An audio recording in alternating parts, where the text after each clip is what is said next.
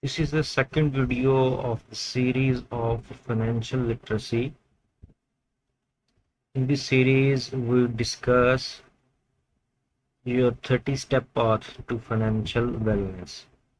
In the first video of this series, I listed that 30 steps which probably will lead you towards your financial wellness. In the second video, I discussed the first of such steps, which is take the pledge. And in this video, I'm going to discuss the second step toward the financial wellness, which is assess your financial situation, assess your current financial situation. Now, let's start your journey with a self-assessment designed to motivate you. Completing this simple quiz can help you assess your current financial situation. So this video consists of a checklist of 10 questions which you will mark in either of the three categories: always, sometimes, never. Then after completing this checklist, you will mark your questions and then we will see what is your current financial situation. So let's start with our first question, which is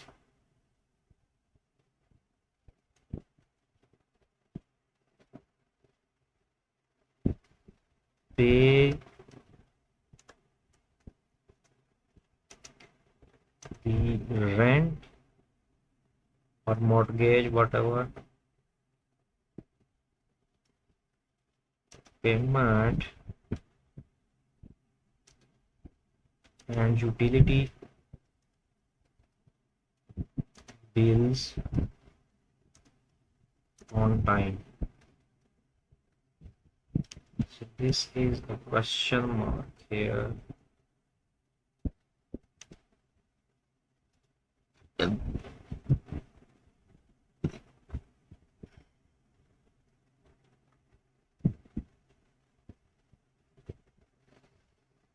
If you pay your mortgage, rent, and utility bills on time, so mark in any of three columns. If you pay on time always, then tick this column. If you pay sometimes, if you pay in time sometimes, then mark this column. If you never pay these your liabilities on time, then mark this column. Okay, let's move to our second question. Assess your current financial situation, which is save at least 10%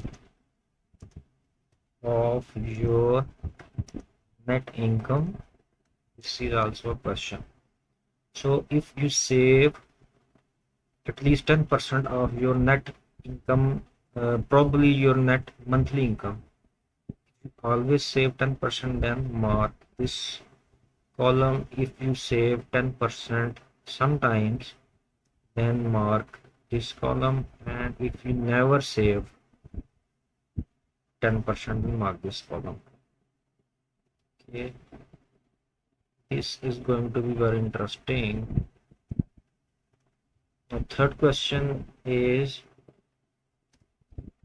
keep 3 months net income in reserve for emergencies.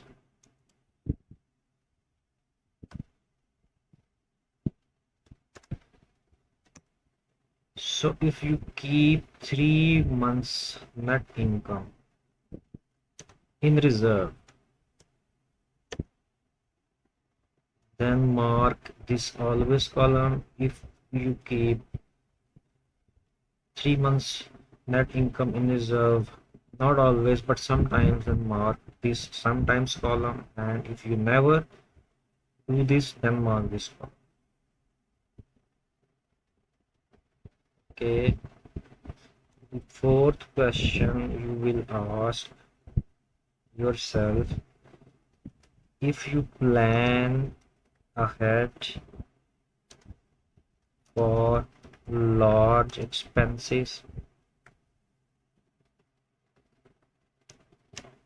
so similarly you will mark any of these three columns, 1 2 3. Okay, now the fifth question: do you set and keep financial goals? This is going to be very interesting. I can see the picture which is emerging after answering these 10 questions. The question number 6, which usually most of the people don't do, but if you do, it will going to be really helpful. Do you follow a budget? Okay, similarly mark any of the three columns. The seventh question will be: do you regularly review your credit reports? If you live in such a country in which the credit reports are the norms, then this question is very much relevant. If you don't, if you live in a country in which this is not the part of your culture, the credit reports, then this question will probably not relevant to you. So don't worry about this. The eighth question will be: do you always comparison compare shops? Compare shop.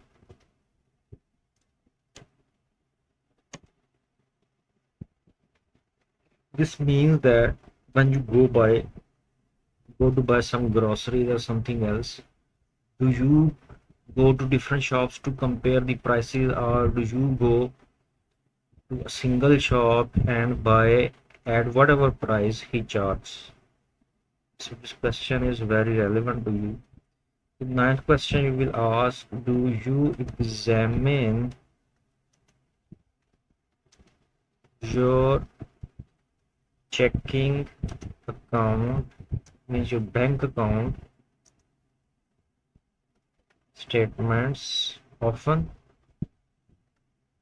This is very relevant question. All are the relevant questions, but this is the most relevant question to me. This is the most interesting questions to me. And the last question you will ask yourself: do you continue your financial education?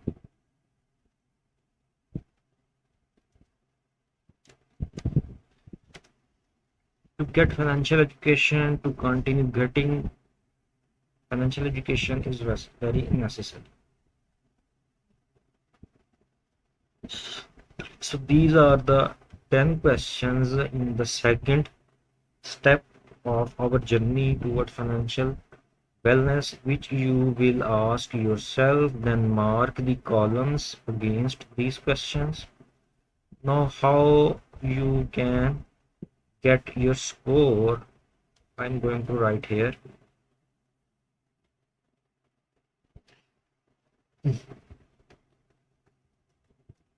Scoring will be done.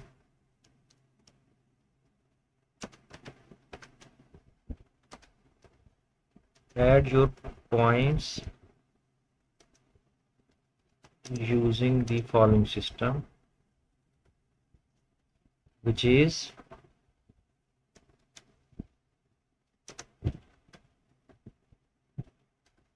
for always you can mark yourself 2 points, for sometimes you can mark yourself 1 point,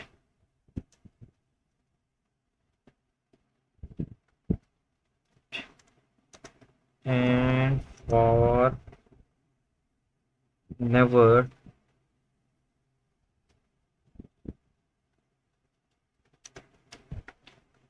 you will mark yourself 0 points. Okay, if you have answered the always, then you you have earned 2 points. If you have marked sometimes, you have got 1 point, and if you have marked never, then you have got nothing. So this is the marking system.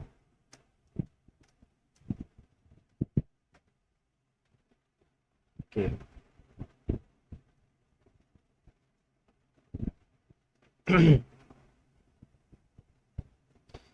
Now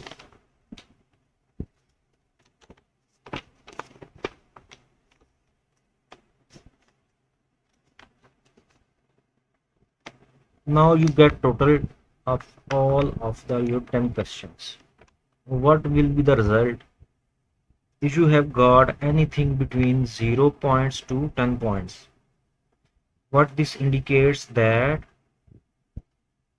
a need to take control of your finances. You're very weak in your finances, and you need to take your and you need to take control of your finances. Following the 30-step plan will go a long way to achieve this. So if you are in this range of 0 to 10 points, you need to strictly follow these 30-step plans which we are discussing currently. Okay, now let's move to the next level, which is if you have got anything between 11 to 15 points.